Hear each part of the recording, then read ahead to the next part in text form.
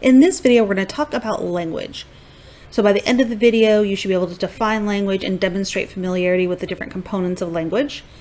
You should be able to explain the connection between language and thinking, and there's actually a TED Talk that will go into this more. You should understand how language develops, the different theories of language development, and then explain why sometimes language is delayed. Language is something that we often think makes us unique as humans. While other animals have ways to communicate, a dog barks to let us know someone's outside. A cat meows to let us know that they need food filled up.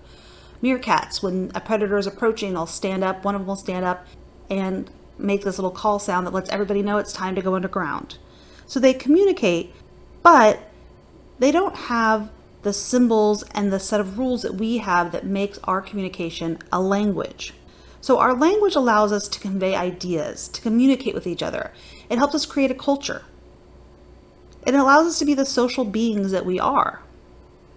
And language can be spoken, it can be written, or it can be gestures. So before we go on, some important aspects of language to understand is what semantics are. So semantics is the meaning conveyed by the word, the phrase, or the sentence. So semantics, think meaning when you hear semantics. Syntax, on the other hand, are the rules that dictate the order of the words in a language. So while our noun verb conjugations come in one way, in another language they're different. And so again, syntax is the rules that tell us the proper order for our grammatically correct language. So now we're going to talk a little bit about language development. So Skinner was a behaviorist, and Skinner proposed that language is acquired through operant conditioning, through, remember, those reinforcements that we talked about, so that as a baby makes sounds, when they sound like words, we reinforce those, we reward those. In addition, behaviorists would also say that there's imitation. So imitation allows children to quickly acquire different words and phrases. Now, for example, when a child is around 6 months of age, they start to say the consonant vowel sounds like ma, ma, ma, ma, ma, ba, ba, ba, ba, ba. Well, with Carrie, her first word was ball, and one of the first sounds she makes, she would say ball, ball, ball. And we would be rolling the ball around, and whenever she'd say ball, we would say, yeah, that's a ball. And so slowly but surely, she came to acquire the idea that when she said ball, she got the ball. And so we were reinforcing that sound. As for imitation, another example with Carrie was around 18 months or so, she would always saying abba, abba, abba, abba, abba.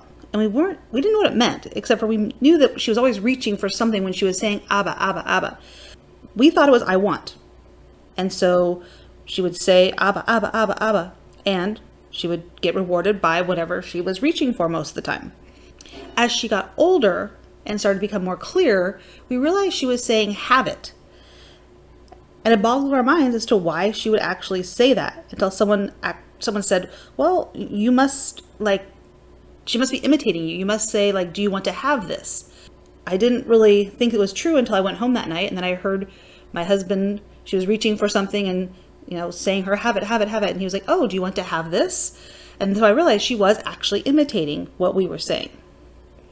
Now, do you think that all languages learn this way? No. So this really supports language and probably is one way that we learn some language, but it doesn't fully explain it. And part of the reasoning behind this, or the evidence that it's not just learned through operant conditioning and imitation, is that kids combine words in ways we never would. And that suggests that it can't be imitation.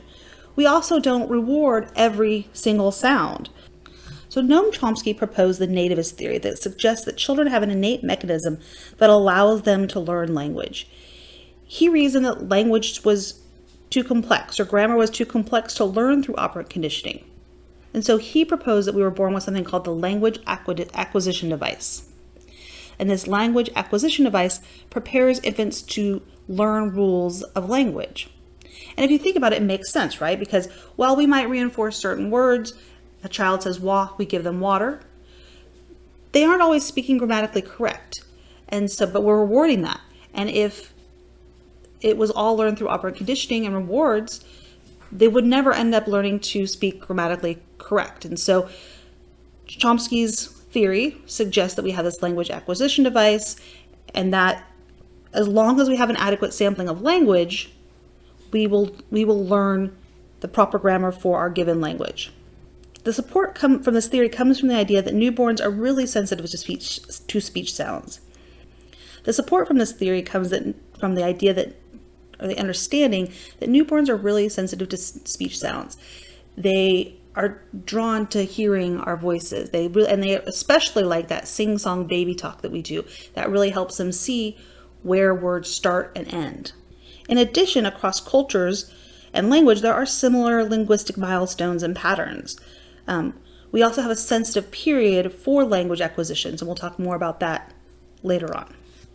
So this here lists the different stages that children go through for language development. From 0 to 3 months, stage 1 is really reflexive communication.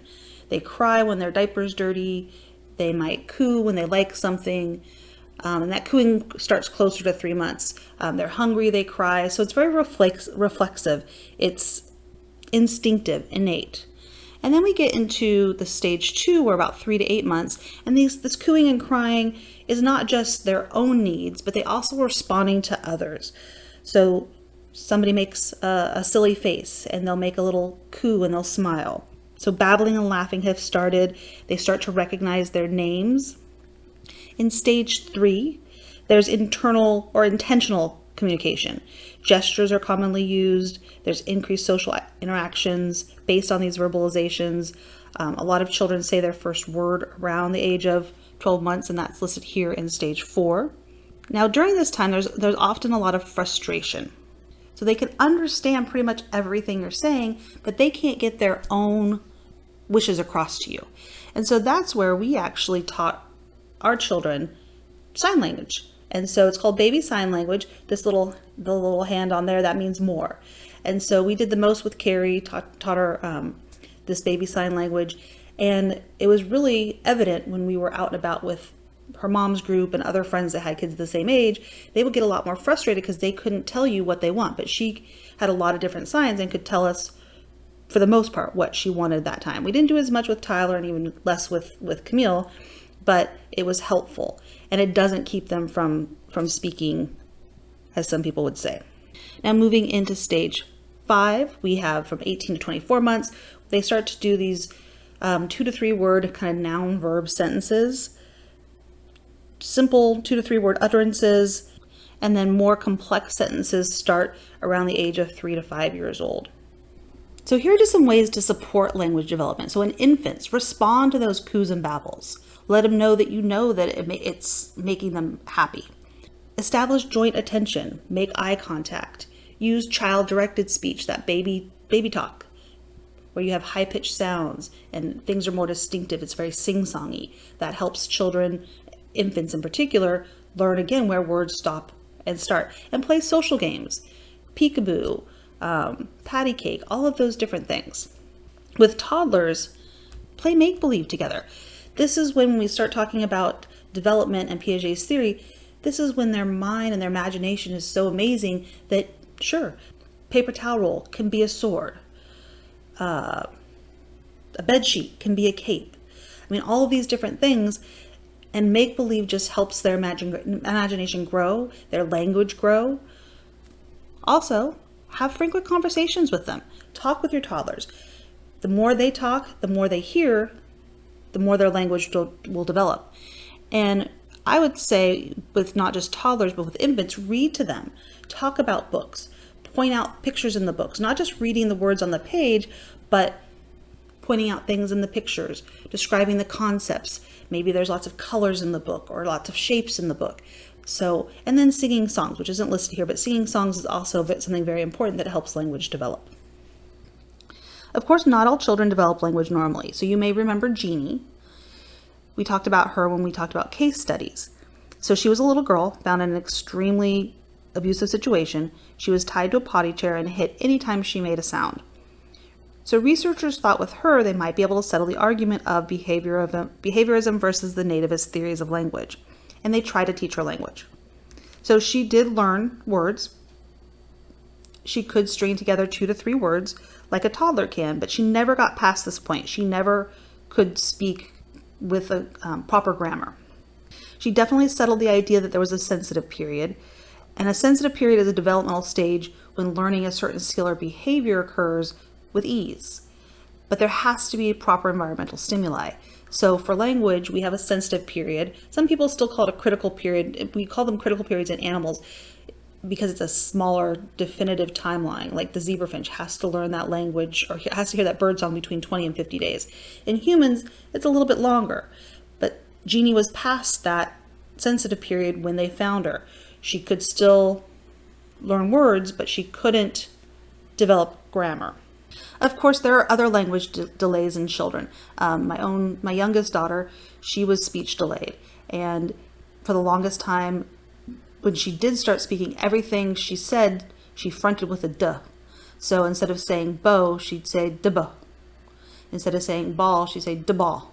And she could say the sounds. She just, for whatever reason, everything came out with a duh in front of it. She even called Carrie Dee Dee for the longest time. And there are many different potential causes for language delays in children, and we don't have the time to go over all of them. But one is hearing impairments. So one of the things when Cami became speech delayed, they looked for hearing impairment. She actually did have to have tubes put in her ears because she had had so many ear infections. But every time we got her hearing tested, it was just fine. And hearing impairments make sense because if a child isn't hearing things properly or clearly or at all, then they're not getting that adequate sampling of language. Another thing they'll do is assess the possibility of neurological or developmental disorders. So one of the things they would often frequently ask when we go to different speech pathologists and things like that would be, how are her social interactions? Because they were looking to see if she possibly could have a diagnosis of ASD or some other developmental disorder. Even having a bilingual family can lead to delays.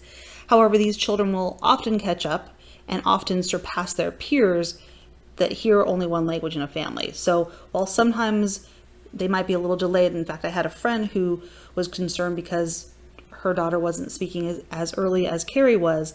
And I kept saying, well, one, Carrie started speaking very early, and two, she was speaking Spanish to her daughter and the husband was speaking English. And thus, she was kind of getting some of her words mixed up and kind of combining some of that language. But eventually she caught up and, her language development was just fine. And actually learning two languages at a young age is beneficial later on.